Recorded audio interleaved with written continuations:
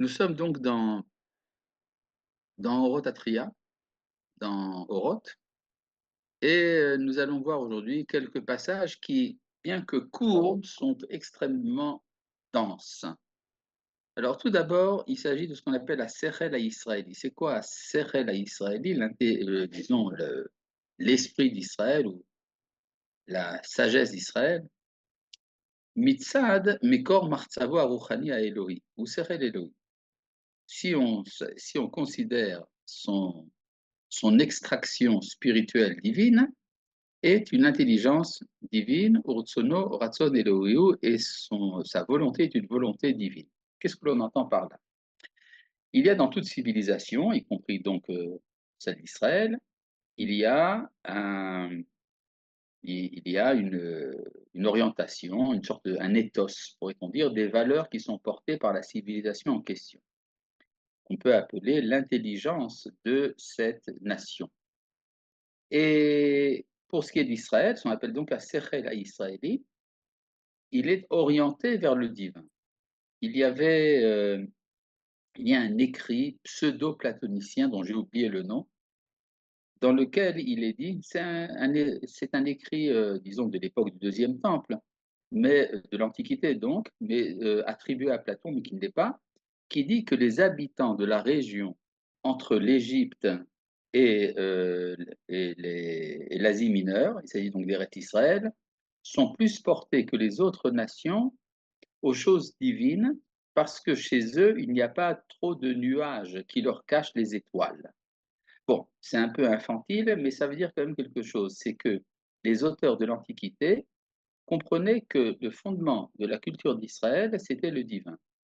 Beaucoup plus tard, nous trouvons l'introduction de Martin Luther, qui était, comme vous le savez, à la fois fondateur du protestantisme, mais aussi antisémite, dans l'introduction de Martin Luther à sa traduction en allemand de la Bible. Il explique quelle est la difficulté qu'il y a dans le fait de traduire un texte hébraïque. Eh bien, il dit la difficulté essentielle, c'est la richesse des attributs divins. Il y a une diversité de noms de Dieu, il y a une variété d'attributs divins qui est très difficile à traduire dans une autre langue.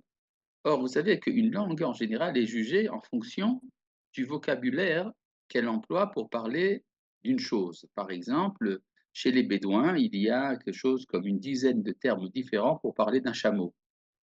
Et chez les Esquimaux, il y a quelque chose comme une quinzaine de termes pour parler de la glace et de la neige.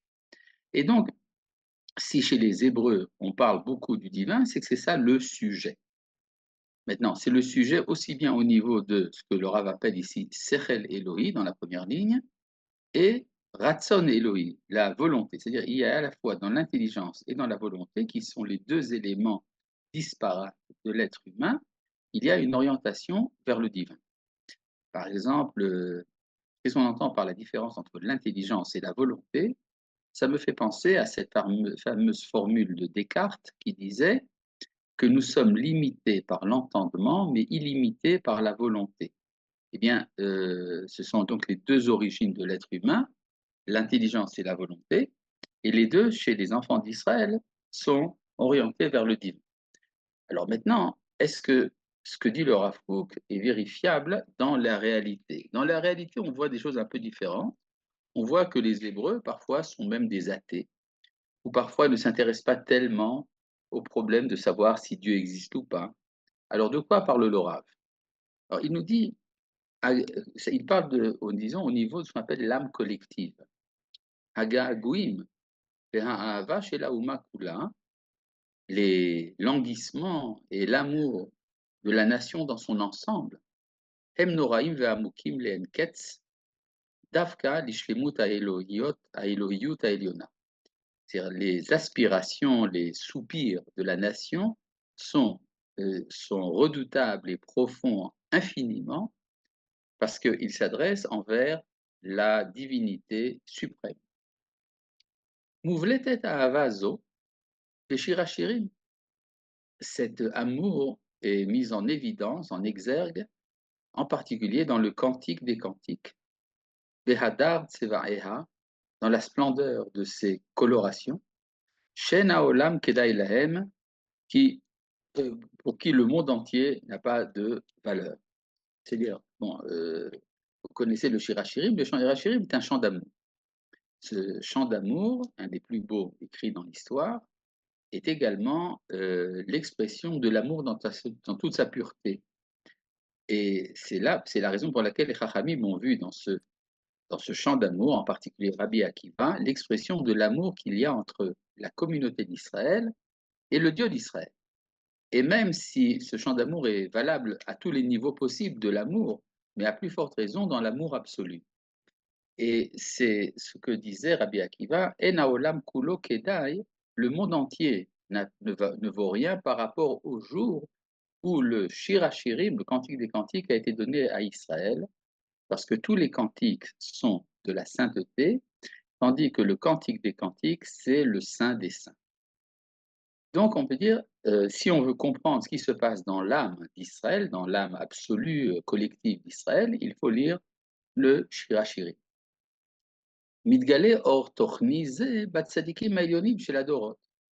Cette lumière de contenu intérieur se manifeste chez les grands tzadikim de toutes les générations, Sheretzonam ou Yesod haolam, dont la volonté est le fondement du monde, Vedivrehem divrei Elohim chaim, et leurs paroles sont des paroles du Dieu vivant. C'est-à-dire, c'est pas les sages d'Israël ne parlent pas de Dieu, ils parlent au nom de Dieu. C'est tout à fait différent. Ils vivent le divin. Vedavar echad bidivrehem lo yashuv rekam. Aucune de leurs paroles ne reviendra en vain. Kidvar Hashem Elohe Olam befiem tamid, parce que la parole de Dieu, maître du monde, est dans leur bouche en permanence. C'est-à-dire, les sages d'Israël sont les héritiers, les élèves et les héritiers des prophètes. Or, les prophètes ne sont pas des philosophes. Les prophètes sont des haut-parleurs. C'est à travers eux que la divinité s'exprime, et cette expression revient également chez les tzadikim, qui sont les héritiers des prophètes. Et cette vision, la vision qui est portée par les prophètes est une vision englobante ou globale, c'est-à-dire elle ne laisse rien en dehors d'elle. C'est-à-dire elle s'occupe à la fois des sphères supérieures et des petits détails de l'existence. Rak ha-chokhma ha-elyona vechol cheruta, ce n'est que la sagesse suprême dans toute sa liberté. Imkol argashat idunea, avec tous ses sentiments de délice, haolechet veola, qui va en montant à la séphirot et la carotte ayonot jusqu'aux sphères des connaissances divines, amitnasod becholot peran adead, qui s'élèvent dans toute la splendeur de leur illumination éternelle. I anotenet chaim d'Israël, c'est elle, cette sagesse-là, qui donne de la vie à Israël. Uvechagve à Torah kula, c'est-à-dire, bon, ça, on peut dire, c'est ce qu'on appelle Maaseh Bereshit ou Maaseh Merkava, c'est-à-dire les réflexions des sages d'Israël concernant les secrets du cosmos.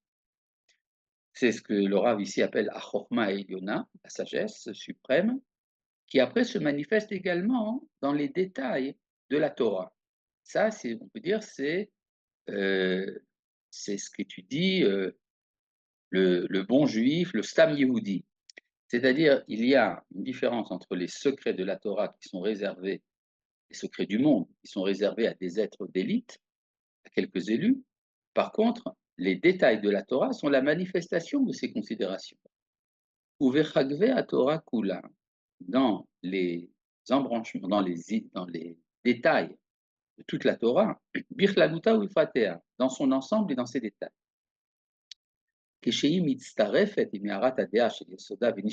Lorsqu'elle s'associe à l'illumination de la connaissance de son fondement et de son âme, c'est-à-dire quand l'étude de la Torah, dans les détails de la Torah, est liée également aux grandes considérations, n'est pas simplement un code de comportement, un shulchan aruch pratique, mais c'est quelque chose qui est ressenti comme étant l'expression de grands idéaux universels. Akol olech umeir, olech umidgale, alors tout va en illuminant, en se manifestant, olech vegoel, et devient libérateur, olech umeshachlel, devient accomplissement. Mais vi Yeshuat Olamit Lechol Notzar, Olamit Lechol Notzar amène une rédemption éternelle à tout être créé. Umeir Ol Me'ad Mikvodo Haelyon et illumine des mondes et des mondes infinis à partir de la gloire suprême, Arochev Shemekedem, qui enfourche les cieux des cieux antiques, Umechaya Afse Aretz, et vivifie les extrémités de la terre. Remarquez, bon, indépendamment des expressions, disons, poétiques qui sont tirées de différents textes, on pourrait revenir sur chaque expression d'où est-ce qu'elle vient dans le Tanakh, on comprendrait peut-être un peu plus profondément ce que dit le Rav. Mais il dit, cette illumination commence depuis les cieux des cieux, c'est-à-dire depuis l'origine des êtres, jusqu'aux extrémités de la terre, c'est-à-dire jusqu'au moindre petit détail de l'existence.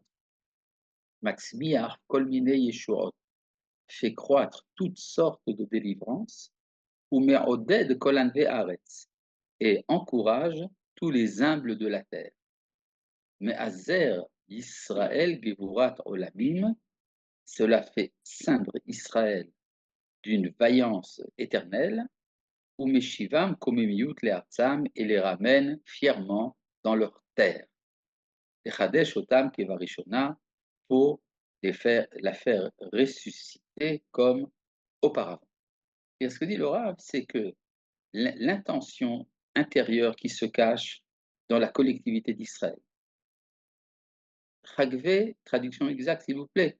Chagav, ça veut dire une petite fente. Une petite fente. Ça, Chagvé Asela, les fentes des rochers. Et donc, ce que dit ici le Rav, c'est que, étant donné que dans l'être collectif d'Israël, il y a une préoccupation permanente du divin, et que cette préoccupation du divin, étant donné qu'elle est monothéiste, elle rentre également dans les détails de l'existence, elle veut également se manifester à travers l'histoire. Et cette manifestation de ce désir divin dans l'histoire, c'est ça qui amène le sionisme, c'est-à-dire la restauration de l'identité nationale d'Israël. Or, Echad, tout cela n'est qu'une seule lumière. Neshama Achat, une seule âme. Nishmat Kol Hayekum, c'est en fait l'âme de tout le cosmos. Zero Hashem Olech Umitgale, le bras de Dieu va en se manifestant. Olech Vekoret Israël Echaim appelle le peuple d'Israël à revivre, la chouv livnot ou libanot, pour revenir, pour construire et se reconstruire. Expression d'ailleurs qui était employée par les pionniers sionistes à l'époque. Ils disaient Anu Banu Artsa, nous sommes revenus dans notre pays, livnot ou libanot, pour construire et être reconstruits. Alors, il parlait en termes de socialisme. C'est le socialisme qui va régénérer la société d'Israël. Mais le Rav Kook voit dans cette expression bien plus loin. Nous allons retrouver notre être originel. Benishmatam Eliona shel tzadikim yesodei olam, dans l'âme suprême des tzadikim qui sont le fondement du monde. Sheor razeh el mechaye otam, qui sont vivifiés par la lumière des secrets de Dieu. Ruach techiyat amitim sharouy, l'esprit de la résurrection des morts est imprégné. Alors, ce que dit ici le Rav, c'est très important. On est toujours guidé par une finalité. Maintenant, le problème, jusqu'où va la finalité? Par exemple, pour certaines personnes, la finalité sera d'avoir achevé l'étude du Talmud. D'autres vous diront non. Pour moi, l'important, c'est d'avoir marié mes petits-enfants. Et d'autres vous diront, pour moi, la finalité, c'est la rédemption d'Israël.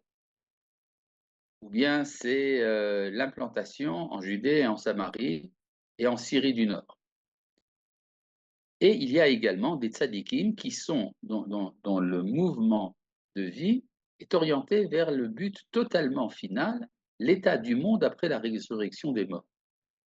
Donc ce que nous dit ici le Rav Kook, c'est que il y a des tzadikim qui vivent cette espérance de la résurrection totale qui est en fait la réussite de l'ensemble des êtres. Et dit le Rav, Mimekor Chayav Mefakim, et ils sont inspirés de leur source de vie qui, qui s'écoulent à niklatim mikol tamtzit otzrot hachaim shebechol olamim, qui sont perçus de toute la concentration des trésors de vie qui sont dans tous les mondes, holchim plagim sarigim dakim veshonim. Et de là-bas s'écoulent des courants, des petits écoulements différents, l'achnis or chaim, ruach tikva untiyat achdut, pour introduire une lumière de vie, un souffle d'espoir et une tendance à l'unité, itorerut teshuva, un éveil de retour, vitodedut gdola bechol hasderot, et un renforcement dans tous les domaines, uveor elyon azaru ala tzadik yofi Mashiach leromem keren le'am olam, et avec cette lumière suprême qui est semée pour le juste, apparaîtra le Messie pour élever la gloire du peuple éternel. Alors, ces dernières phrases qui sont, disons, dites dans un style un peu lyrique, elles veulent dire quoi? Elles veulent dire que plus l'origine de l'inspiration est élevée, plus il y a de phénomènes qui en découlent à l'insu des auteurs des phénomènes. C'est-à-dire, il y a une espérance de la résurrection des morts. Et qu'est-ce qu'on entend par la résurrection des morts? Parce qu'effectivement, ça a l'air parfois un peu une sorte de croyance magique, un peu superstitieuse. De quoi il s'agit?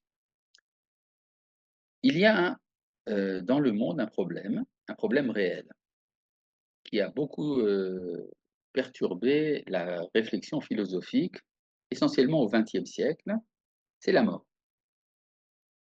Tout mouvement de vie, toute civilisation, toute œuvre humaine, tout développement dans le monde entier, finalement, un jour ou l'autre, doit disparaître. Alors, c'est un scandale, parce que ça veut dire que, alors que Dieu est celui qui donne la vie, ça voudrait dire qu'il y aurait un élément dans l'être qui est plus fort que Dieu, c'est la mort. Ce qui est absolument intolérable pour un monothéiste authentique. Si Dieu est un, donc la mort doit un jour disparaître.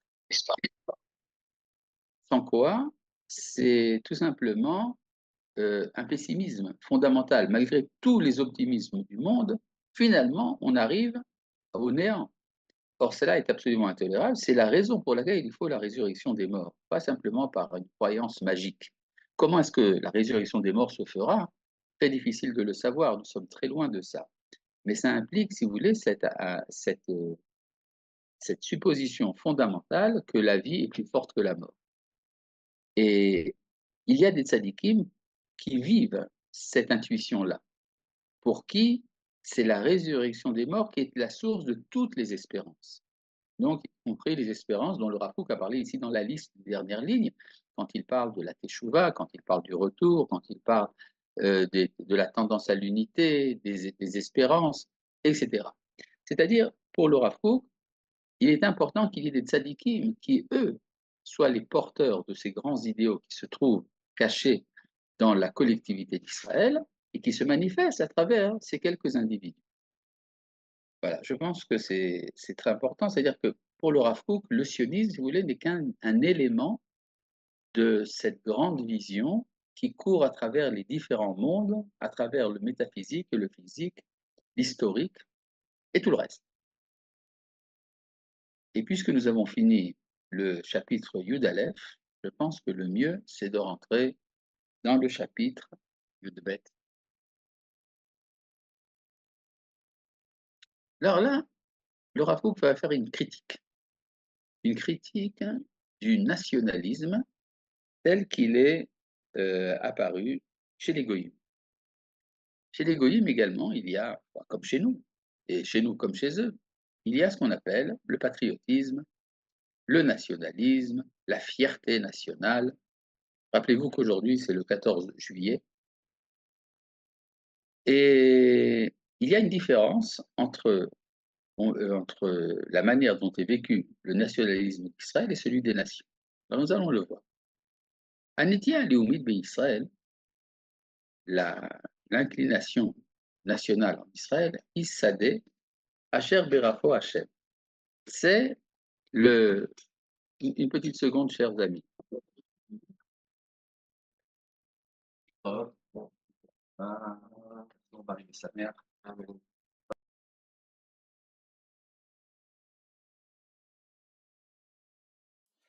Ah, je vous ai désactivé le son. Il faut le rallumer. Très bien, tu as bien fait. Ah, Là, vous non, c'est parce que mon fils partait à l'armée, là, maintenant, je devais lui dire au revoir quand même. Bon, avez- oui, oui, c'est une question. Comment le Rav Kook il parle de Léomio, de national, s'il n'y a pas de nation encore? c'est n'importe quoi ce que tu dis. C'est-à-dire que la nation a toujours existé, même si elle n'avait pas d'État. Il y a une différence entre une nation et un État. L'État, c'est la concrétisation dans le politique de l'identité nationale.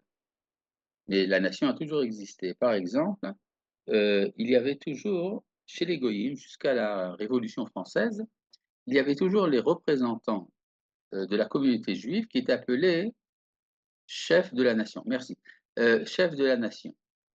Ça veut dire que, par exemple, jusqu'à l'émancipation, les Juifs de France n'étaient pas des Français, ils étaient des ressortissants du royaume de Judée sous protection du roi de France. Ça veut dire qu'en fait, nous portions avec nous un passeport d'un État qui n'existait plus, mais nous étions quand même les ressortissants. C'est-à-dire, l'autorité suprême des enfants d'Israël, des Juifs, c'était le roi d'Israël, même s'il n'y a plus de roi en Israël. Ce n'est que lorsqu'il y a eu la Révolution française qu'on a décidé de donner l'égalité des droits aux Juifs et de supprimer leur identité nationale. D'ailleurs, c'est ce que disait Clermont-Tonnerre à l'Assemblée nationale. Nous donnons tout aux Juifs en tant qu'individus et rien en tant que nation. Or, ce qui s'est passé avec le sionisme, également à l'époque, ça n'a pas changé sous Napoléon avec la création du Sanhédrin. Le Sanhédrin était une institution, qui est à l'origine d'ailleurs du consistoire en France, qui était là pour gérer les affaires des Juifs dans le cadre de la République ou de l'Empire, peu importe, mais de la nation française. Et donc, on n'a qu'à voir les questions posées par Napoléon au Grand Sanhédrin. Par exemple, il leur demandait, est-ce que vous considérez les Français non juifs comme vos frères? Et qu'est-ce que vous pensez des Juifs en Angleterre, qui sont les ennemis de la France? Ce sont des questions de ce genre qui ont été posées. Et donc, à partir de ce moment-là, c'est là qu'est apparu, d'abord, c'est depuis l'émancipation des Juifs en Europe, qu'a commencé un danger véritable de disparition de la nation d'Israël. Or, ce qu'a fait le congressionniste mondial, c'était de tirer les conséquences de l'antisémitisme. C'est-à-dire ce que Théodore Herzl a compris, c'est que on ne pouvait pas l'assimilation des Juifs à la société européenne était une absurdité et qu'il fallait donc restaurer la nation d'Israël sur sa terre. Donc il y a, et c'est ce qu'on appelle le nationalisme juif. Or, ce nationalisme exigeait un État. Voilà. Il y a eu également, au même moment, il y a eu l'éveil des nationalités en Europe, en Bulgarie, en Grèce en particulier, et donc des nations qui depuis longtemps n'avaient pas d'État ont exigé une vie étatique. Et ça, donc, le sionisme. Maintenant, revenons au texte du Rav. Mais je remercie David d'avoir donc donné cette absurdité, ça nous a permis de comprendre des choses.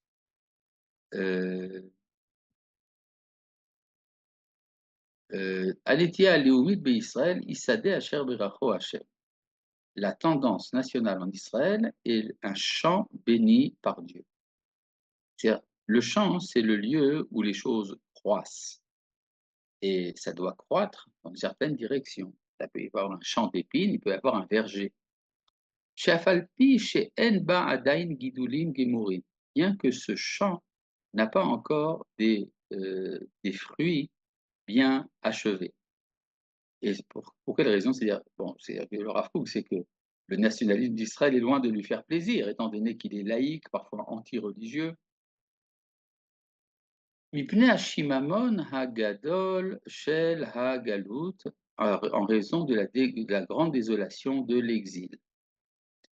Reouyaï, mais ce chant est digne. Aliédé, avoda, rouchanit ou maasit, par l'aide d'un labeur spirituel et pratique, shiitzmechouba kol hagidulim hatovim shebaolam, qu'ils croissent les bonnes cultures du monde, les otsi mishifa, et de faire sortir de son abondance, neshamot gdolot ve'edionot, des âmes grandes et suprêmes, amirot et kol haolam kulo birvodan, qui sont dignes d'illuminer le monde entier par leur gloire.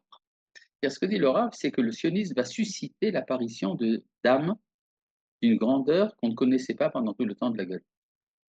À ce propos, je voudrais vous amener un enseignement du Rav Meir Yehuda Getz. Le Rav Meir Yehuda Getz, le Rav du Kotel et des lieux saints en Israël, est également un grand kabbaliste qui a dirigé la yeshiva du kabbaliste Bethel à Jérusalem. Le Rav Getz disait qu'il y a parmi ceux qui sont nés après la guerre des 6 jours des âmes d'un niveau extraordinaire tel qu'il n'y en avait pas eu pendant plusieurs milliers d'années. Et effectivement, nous découvrons par exemple dans la guerre actuelle, nous découvrons une grandeur d'âme absolument extraordinaire qui dépasse de très très loin la direction aussi bien militaire que politique de notre État. Il y a effectivement des phénomènes de grandeur d'âme, de noblesse qu'on ne connaissait pas auparavant. Donc ce que dit ici le Rav Kook, c'est qu'il y a dans la capacité du mouvement national d'Israël de produire des âmes suprêmes qui illumineront le monde entier, qui amèneront un message à l'ensemble du globe terrestre. Veyash Leumatze, mais il y a en face de cela, Netia Leumit Shel Goyim, une aspiration nationale des nations, Shi Horba ou Midbar, qui est désolation et désert. Shebeshum Ofen Ena Rouya Legadel Tzmachim, qui n'est absolument pas capable de faire pousser des plantes. La Tzmachim Araim Kegefen Sdom, si ce n'est des herbes mauvaises, comme la vigne de Sodome, Hamat Taninim, le venin des serpents, des Ashkelot Merorot, des grappes amères. C'est-à-dire, il y a des phénomènes nationaux parmi les nations qui sont susceptibles de faire le mal. Ne pas penser qu'au moment où le Rav Kook écrit cela, se constituent les nationalismes du fascisme et du nazisme en Italie, en Allemagne et ailleurs. Allo he'adram tov mtziutam, leur absence est préférable à leur existence. Venimtsa she'akol hu bahem e'ader gamur, il se trouve que tout chez eux est une absence totale, vechurban muchlat, une destruction absolue. Veotam agoyim harov yicheravu, ce sont de ces nations-là dont il est dit qu'elles seront détruites. Alors, est-ce que cela, disons, vient disqualifier toute forme de nationalisme? Il semblerait que non. Mais en tout cas, ce que dit le Rav, il faut faire attention, quand nous parlons de nationalisme, de ne pas idéaliser le nationalisme, qui peut devenir du chauvinisme et qui parfois peut devenir même du fascisme. C'est intéressant de voir donc que le Rav Kook, qui est un fier national, un vrai sioniste, est conscient des dangers éventuels du nationalisme et il sait faire donc la différence entre ce qui est porté par la nation d'Israël, même quand ce n'est pas toujours bien conscient chez les porteurs eux-mêmes, et ce qui est porté par les nationalismes des nations. Rappelez-vous que le Rav Kook avait déjà vu la Première Guerre mondiale, ce qui était déjà assez fort pour ébranler sa sensibilité morale, telle que nous l'avons vu d'ailleurs dans les passages où il parle de la guerre, dans Hamilchama au début de Horod.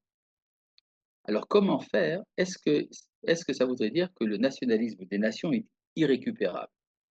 Alors Rav Kook dit non, il y a un moyen de leur apprendre qu'est-ce que c'est que le nationalisme, ils ont besoin pour ça de venir à l'école d'Israël. Rak hashpa'a shel hakodesh, ce n'est que l'influence de la sainteté. Hameorav Bintia Alumit israélite, qui est mêlé à la tendance nationale d'Israël, Martevet et Ele Hanitiot, humecte ces tendances haénoshiot humaines, bichlal, en général, ou machaziratan les tova, et les ramène vers le bien. Ad boan gamhen l'idée ilouille, jusqu'à ce que ces tendances, elles aussi, arrivent à s'élever. Liot reuyot à l'idée trifat riburan viachasan el Israël, l'atzmacha ruchani, de sorte qu'elles deviennent dignes par la proximité de leur liaison et leur relation avec Israël pour donner une croissance spirituelle. Je pense par exemple à ce que j'ai vu aujourd'hui dans le journal, c'est que l'Argentine a déclaré le Hamas comme étant un mouvement terroriste, qui est une évidence, mais c'est surprenant que personne ne le faisait avant. Mais rappelez-vous que le président d'Argentine actuellement est un Ben Noir, il étudie en permanence avec un rabbin et il est lié à l'enseignement d'Israël. Donc il y aurait peut-être ici une option, il faudrait voir comment ça se passe en Argentine, c'est pas si simple, mais il y a peut-être une option justement de faire le tikkun, la réparation de l'identité nationale argentine. Et peut-être que de cela, d'autres nations auront de quoi apprendre. Je pense par exemple au mouvement Makuya au Japon, qui n'est pas, disons, n'a pas l'ampleur qu'il mériterait, c'est-à-dire qu'il n'englobe pas tout le Japon, mais quand même, il y a là-bas quelques centaines de milliers de Japonais qui pensent que le fait d'être lié à la nation d'Israël, c'est ça qui les transformera et fera d'eux des bons Japonais. C'est-à-dire que si le Japon possède en lui des problèmes, il y a une sorte de violence, de cruauté d'ailleurs, même qui est liée à l'identité nationale japonaise, eh bien peut-être qu'Israël pourrait leur servir d'école. Et donc c'est ça dont parle le Rav. Ça veut dire qu'il non seulement, c'est la mission du sionisme pour le Rav n'est pas seulement d'amener le retour d'Israël à sa terre, la restauration de son identité à lui, de son identité nationale, mais également de servir de modèle pour les nations. Là, il nous amène ici donc le verset, le verset dans l'Isaïe, Yesusum midbar vetzia, vetagel arava, vetifrach kachavatzelet. Le désert et la désolation se réjouiront, la, la steppe se réjouira et fleurira comme le lys. C'est-à-dire ce que dit le Rav, le, le Midbar Vetsia, les déserts dont il parle, il s'agit donc le désert de l'identité nationale chez les Goïm. Asher Kolze Boyavo, tout cela y arrivera à l'idée Geulata Mashlema chez l'Israël, grâce à la libération entière d'Israël chez Tagdim Labo, qui viendra bien vite. Alors la question qui est posée ici par David Altar, tout d'abord il y a ici une première remarque très importante, Kol Hakavod David. Très très bien, ça c'est vrai, je suis tout à fait d'accord. Maintenant, concrètement, à quoi consiste ce tikkun? Je pense qu'il faut se demander en quoi consiste ce tikkun. Eh bien, il consiste justement, par exemple, à enseigner aux nations quelles sont les valeurs qui sont le fondement de la société. Tout d'abord, quand nous parlons donc des 7 lois noachides, par exemple, ce n'est qu'un premier détail, mais si vous voulez, c'est la première strate. Le dialogue est possible à partir du moment où on accepte la morale naturelle et sa relation envers le divin. C'est ça les 7 commandements noachides. Mais par exemple, si je prends l'exemple, une seconde, on n'a pas fini. Si je prends l'exemple, par exemple, de l'Inde. En Inde, il y a quelque chose comme quelques milliers aujourd'hui de Noachides. Pouvons-nous être lumière pour nations du monde? Mais bien sûr, nous sommes là pour ça. Euh, En Inde, par exemple, les Noachides ont appris à l'école d'Israël comment gérer la relation dans le couple. Alors que la société indienne est extrêmement, disons, patriarcale et d'une certaine manière humiliante pour la femme, alors il y a maintenant chez nos élèves noachides en Inde des cours spéciaux pour la relation du couple. Et les Indiens en question sont extrêmement heureux d'avoir découvert à travers Israël comment fonder l'amour véritable dans une relation de couple, par exemple. D'accord? Ça, c'est un exemple parmi tant d'autres. Si je parle par exemple, de ce qui se passe dans les pays musulmans, alors c'est vrai que l'islam a appris des choses importantes, de se soumettre à la divinité, mais ils le font d'une manière violente. Ils peuvent apprendre chez nous comment est-ce que l'acceptation du joug divin se devient, heu devient quelque chose de purement moral. Maintenant la question, n'y a-t-il pas un risque qu'ils perdent leur propre attendez, ça s'est effacé. Eh ben, une petite seconde. Y a-t-il pas un risque qu'ils perdent leur propre identité en voulant ressembler à Israël? Il ne s'agit pas du tout de ressembler à Israël, ils ont à apprendre d'Israël, c'est tout à fait différent. Je veux dire, si je reviens à ce qui s'est passé en Inde, je me rappelle que lors de ma première rencontre avec un groupe important de ces gens-là, quand je leur dis que j'étais un admirateur de Mahatma Gandhi, j'ai eu des applaudissements à n'en plus finir. C'est-à-dire que pour eux, leur identité hindoue est très importante, même s'ils n'acceptent pas l'hindouisme. Je pense que c'est tout un travail qu'il faut faire. Ça va nous demander d'ouvrir des écoles pour les nations, à Jérusalem. Il faut dire qu'il faudrait pour ça 141 yeshivot, c'est-à-dire 70 yeshivot destinés aux nations et 70 yeshivot pour les Hébreux qui devront apprendre aux nations et une yeshiva pour gérer tout ça, donc 70 plus 1, ce qui fait 141 yeshivot. En Corée, l'étude du Talmud et la manière d'enseigner des Juifs a connu un immense engouement ces dernières années. C'est vrai, mais qu'est-ce qu'ils étudient? Une ou 2 pages du Talmud. C'est à peu près tout ce qu'ils font et l'idée qu'il y a derrière tout ça, c'est que puisque les Juifs sont un peuple qui réussit tellement bien, et que leur livre, c'est le Talmud. Donc, faites A plus B, ça vous donne, il faut qu'en Corée, on étudie le Talmud si on veut réussir. Disons que ce n'est pas encore vraiment ce que ça devrait être. Quand chez nous, nous avons encore les frères dans les ténèbres, oui, bien sûr, parce que quand les nations nous regardent de l'extérieur, ils ne font aucune différence entre celui qui a une kippa et celui qui ne l'a pas, qu'il soit de gauche ou de droite, qu'il soit, qu'il soit disons, humaniste, progressiste ou qu'il soit religieux, tout ça n'a aucune importance. Parce que ce que voient les nations, c'est ce que nous, nous ne voyons pas. C'est la présence de la Shekhinah qui revient à son peuple dans notre peuple. Donc, et c'est simplement nous qui ne voyons pas ce qui se passe. Et à partir du moment où nous remplissons notre rôle universel, c'est ça qui ramène les enfants d'Israël à se réconcilier. Je vais être un peu rapide. Vous savez, pour la droite, ce qui est important, c'est les Juifs. Pour la gauche, ce qui est important, c'est l'égoïsme. Mais pour Akadosh Baruch Hu, qu'est-ce qui est important? La collaboration entre son peuple et les nations.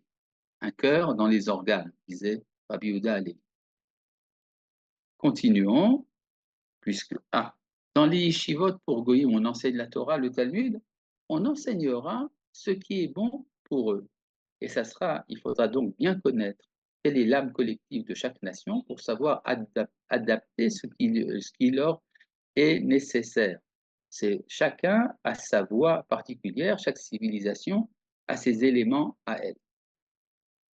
Peut-on le faire sans névoie? Bien sûr que non, mais la névoie est en train de revenir.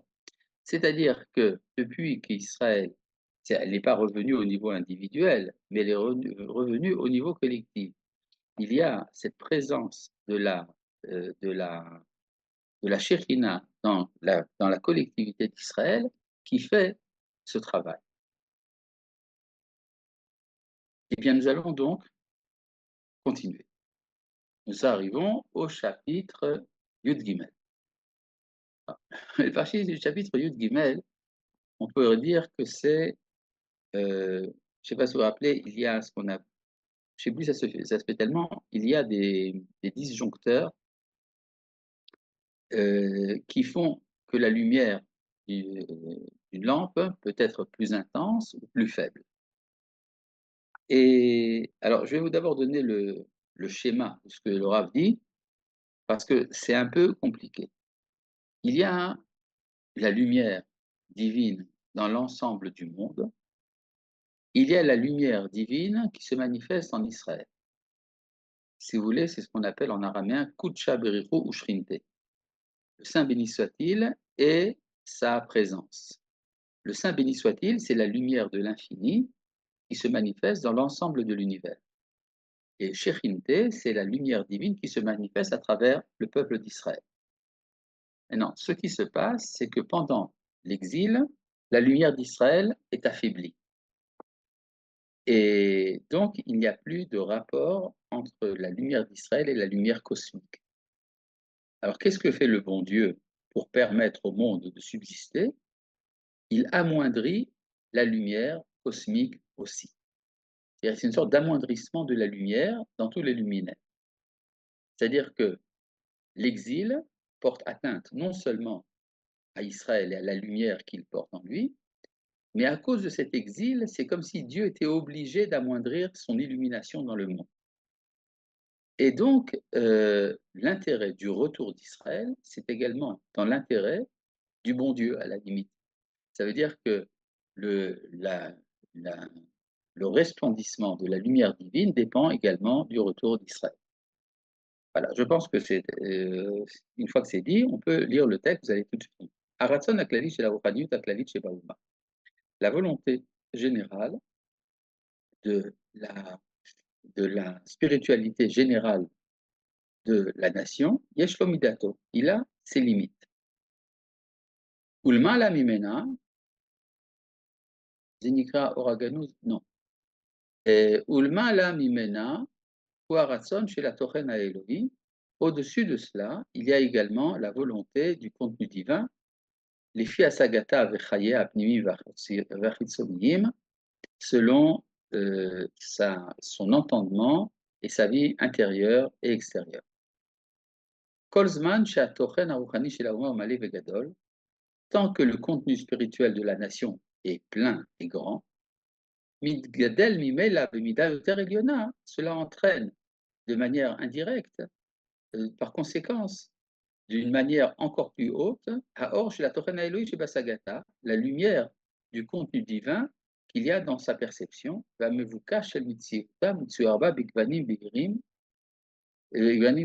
et ce qui est attendu de ça, ce qu'on peut espérer de son existence, apparaît dans des colorations claires.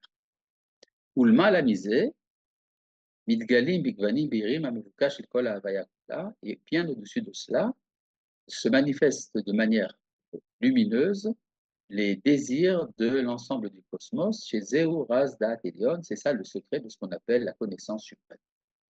C'est-à-dire ce que dit le Rav Kook, quand Israël est en pleine santé spirituelle, alors sa connaissance de Dieu est beaucoup plus limpide, et cette limpidité influe également la connaissance de Dieu dans l'ensemble de tout l'être, de tout le cosmos, et c'est ça qu'on appelle Da'at Elion, la connaissance d'en haut.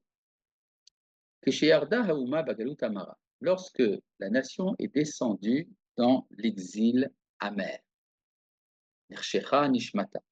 son âme s'est obscurcie.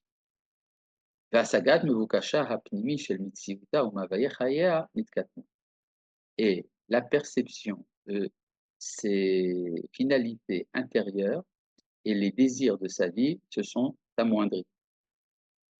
Ad she'ena motzet klal et nitivotea, et à tel point qu'elle ne trouve plus son chemin. Ou mikol makom, bon, non, un retour là. Ce que dit le Rav, c'est que dans l'exil, tous les grands idéaux sont réduits. Par exemple, autour de quoi tourne la connaissance du Créateur du monde? Eh bien, ça tourne autour de la synagogue. De la synagogue, du mikvé, de la table de Shabbat, de la nourriture cachère, de l'éducation juive aux enfants. Voilà, c'est ça qui reste de la lumière divine, de sa perception d'ordre général. Ce qui vous explique d'ailleurs pourquoi, pendant le temps de l'exil, beaucoup de domaines de préoccupation humaine ont été éjectés en dehors du judaïsme. C'est-à-dire, le juif ne s'occupait absolument pas ni de l'économie internationale, ni de la santé, ni du problème climatique, des problèmes climatiques, ni de politique, et tout ce qui, et ni d'art.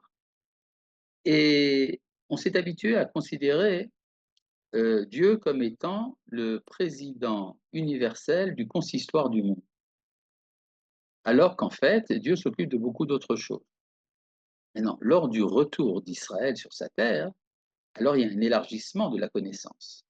Dieu devient également le Dieu de l'économie, de l'armée, des relations internationales, des problèmes sociaux, de l'agriculture, de la production artistique. Tout cela rentre à nouveau dans le domaine de la connaissance divine. Mais pendant le temps de l'exil, on est finalement réduit à une petite capsule. Mais dans cette capsule, il reste quelque chose. Ou Mikol Makom, là je lis dans le texte. Ou Mikol Makom, Yesh Bekirba Ezea Saga Hadusha. Il reste en elle quand même une perception faible chez le Reshima Torah d'une trace de lumière. Chez Mimena Zoreach Orkehe, d'où il ressort une lumière sombre. Les filles ARR, relativement. La tzadikim vechachamim dorshei Hashem bechol levavam, pour les justes et les sages qui sont à la recherche de Dieu dans tout leur cœur, gam bemachashakim, même dans l'obscurité. Vechi eshev bachosher, Hashem orli. Même lorsque je réside dans l'obscurité, Dieu est ma lumière. D'ailleurs, le Talmud dit, à propos du verset de Echa, Bamachashakim oshivani kemete olam, il m'a installé dans l'obscurité comme comme les morts éternels. C'est quoi l'obscurité comme les morts? Dit le Talmud lui-même, c'est le Talmud de Babylone. Le Talmud dit de lui-même qu'il y a un amoindrissement très fort de la lumière. Aval ha'inyan ha'elohi va'megama ha'olamit. Si, mais maintenant, pour ce qui est de l'intérêt divin et de la direction mondiale, imaita omedet bimkoma u'madrigata rishona, si la lumière du monde restait au même niveau qu'elle était auparavant, lo yachlu litraber asklal im megamata ha'atzmit, alors il aurait été impossible de se lier avec elle dans sa direction particulière. Ve'az hayu chaye ha'bagalut notnim lahem derech chol. Alors tout ce qui serait resté de la vie nationale pendant l'exil deviendrait profane. Ve'en penot Leitkacher im hamegama Elohit shel tzur kol haolamim, sans capacité de se relier à la direction divine du rocher de tous les mondes, Tzadik Bechol Adorot, qui est juste à travers toutes les générations. C'est-à-dire Dieu, lui, se manifeste dans toute l'histoire. Or, si la lumière de la direction historique, de l'avancée dans l'histoire était restée au même niveau que dans l'Antiquité, alors Israël n'aurait pas pu s'y lier, étant donné sa faiblesse. Mais à ça, à Kadosh Baruch Hu, qu'a donc fait le Saint béni soit-il? Il a amoindri la lumière. Keshem shenitmaet haor azoreh arba legabe trunata apimit, de même que c'est amoindri la lumière qui brille dans son intériorité, dans l'intériorité d'Israël, ken yara daor haeloi aklali baolam. Alors de même, la lumière divine générale du monde s'est amoindrie aussi.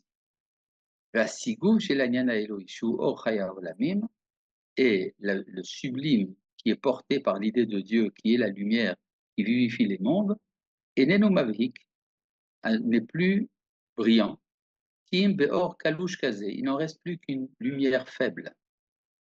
Sheu Yachol Itached Imaor Azorach Minishmatam Shel Israël, qui peut s'unir avec la lumière qui brille dans l'âme d'Israël, Gam Achare Ayerida, Shegarma Anefila Gdola, Shenafla Ateret Tiferet Israël Mishamayim Varetz, même après la grande chute qui fait que la couronne de la splendeur d'Israël est tombée du ciel jusqu'à la terre. Ça veut dire que l'idée de Dieu, pendant le temps de l'exil, effectivement, est devenue quelque chose d'extrêmement fade. Ce qui a engendré, par exemple, le déisme. Voltaire et les encyclopédistes ont parlé de Dieu comme étant le premier moteur. Chez les francs-maçons, on parle du grand architecte de l'univers, mais en fait, il y a une froideur liée à cette idée de Dieu qui fait que le divin n'est plus reconnu comme étant la source de la vie. Parce que le divin, en fait, ne s'occupe pas tellement de ce qui préoccupe les hommes. Les hommes vont s'occuper de politique, de civilisation, de production artistique, de développement de la médecine et de tous les arts. Et le bon Dieu, lui, regarde d'en haut, satisfait de ce que les hommes pensent à lui de temps en temps. C'est ça qui est devenu la lumière divine pendant le temps de l'exil. D'ailleurs, avant même l'époque des Lumières, comme on dit, l'époque du Moyen Âge, l'idée de Dieu était extrêmement éloignée de la conception du commun du peuple, qui, dans son christianisme assez primitif, se rendait à l'Église, mais ne connaissait pas le Créateur du monde, si ce n'est quelques philosophes qui, eux aussi, parlaient de Dieu à travers ce qu'on appelle la scolastique. ובהיות העניין האלוהי הכללי בתור אור העולם עומד במעמד כזה, et lorsque la chose divine générale, en tant que lumière du monde, en est arrivée à cet état-là, שוב העניינים הולכים ומתחברים, והמגמה, c'est alors que les idées vont en se reliant, והמגמה של מציאות האומה ברוח קודשה הפנימית, והמגמה הכללית האלוהית הגדולה שווה כולה יכולות להתאחד כאחד. C'est alors donc que l'aspiration qui est portée par l'existence de la nation dans son souffle de sainteté intérieure et la, la direction générale de la divinité dans l'ensemble du cosmos peuvent se lier à l'un à l'autre. C'est-à-dire que l'idée de Dieu en Israël était assez faible et l'idée de Dieu dans le monde s'est affaiblie elle aussi, donc il peut y avoir un lien entre les deux. C'est-à-dire, on peut dire une sorte de liaison, de zivug, mais ce zivug est un zivug de faiblesse. Ah, il y a ici une question de Félicia. Alors allez-y, quelle est la question? La question, j'ai l'impression que parfois nous sommes avant l'heure et parfois nous sommes en retard. C'est Je vrai. regarde, je regarde, je me dis peut-être au niveau personnel, nous, comme vous, tournez vers la nation, est-ce qu'on est avant l'heure? Et le monde n'y est pas, parce que je regarde les noms des nations. Germania, le guerre de Lia. Polania, ici le Kadosh Baruch Hu s'est couché. America, le monde vide de présence divine. Comment comprendre ça? Ben, ce sont des héritages qui viennent du temps de l'exil. Et maintenant, nous sommes au moment du retour. Donc, cette America, Polania, Germania, eh bien, ils sont en train de nous attendre. Ah, Voilà. Umimeila, hen mitrabrot beyachad beatzman, et c'est comme ça que ces deux tendances se relient, uvenishmotehen shel Israël bifrat, uvenishmat kalut haoma bichlal, et donc là vont se lier l'idée de divinité d'Israël et celle dans l'individu et dans la collectivité, ven muchanot yachad la'alot, et ils se préparent à monter ensemble. ah, Goy ve'Eloha, voilà, ça répond à votre question, dans la rédemption de la nation et de son Dieu. Ani vaho oshiana, moi et lui, ensemble nous sommes libérés. C'est-à-dire, ça se base sur le verset Lishuatra kiviti Hashem, j'espère ta délivrance éternelle. ah. Qui c'est qui a besoin de délivrance? Aussi bien Israël que l'idée de divinité. La divinité est affaiblie dans l'histoire du fait de l'exil d'Israël. Et donc, ça veut dire que l'intérêt de la sortie d'Israël de l'exil, c'est un intérêt qui n'est pas seulement celui d'Israël, mais comme on l'a dit au début du cours, c'est l'intérêt d'Akadosh Baruch Hu lui-même. Ce qui fait que lorsque l'on retarde ce retour, en fait, on porte atteinte, Chas Shalom, à la divinité. Et donc, la gravité de la volonté de freiner ce retour. On voit aujourd'hui au niveau de la conflagration universelle dans le monde entier, on peut se rendre compte il y a tout un mouvement tournant autour du rôle d'Israël dans l'histoire et du retour de la Shekhinah. Ah, tiens, David Altar a levé la main. Vas-y. Arav, une fois qu'on a fait son alien et qu'on participe à la vie citoyenne israélienne, comment on peut participer à ce projet-là en plus de prier, étudier, etc. En faisant ce que chacun doit faire. C'est-à-dire, souvent les gens se disent, voilà, je voudrais faire le mieux pour mon peuple. La réponse, la meilleure manière de faire le mieux pour son peuple, c'est de faire son rôle à soi, ce pourquoi on est bon. C'est-à-dire, si on est médecin, eh bien, on doit être un bon médecin. Et si on est un journaliste, on doit être un bon journaliste. Et si on est un auditeur des cours de la yeshiva, eh bien, on est un bon auditeur. Voilà, tout cela fait partie du même projet. Voilà, merci de votre attention תודה הרב, תודה. et à bientôt. תודה רבה. תודה רבה, הרב. dimanche prochain. Dimanche תודה prochain, רבה. Arav, on Non. se- Merci beaucoup, merci beaucoup. Attendez, David, je crois dimanche prochain, il n'y a pas. il y a un petit déjeuner, Arav. Oui, d'accord, mais il n'y a pas le cours. Il ne sera pas sur Zoom, le petit déjeuner, non? Voilà. Tov, à bientôt. Shalom, shalom. Bonnes vacances, Bientôt, bonnes shalom. vacances. Shalom, shalom. שלום, שלום, שבוע טוב.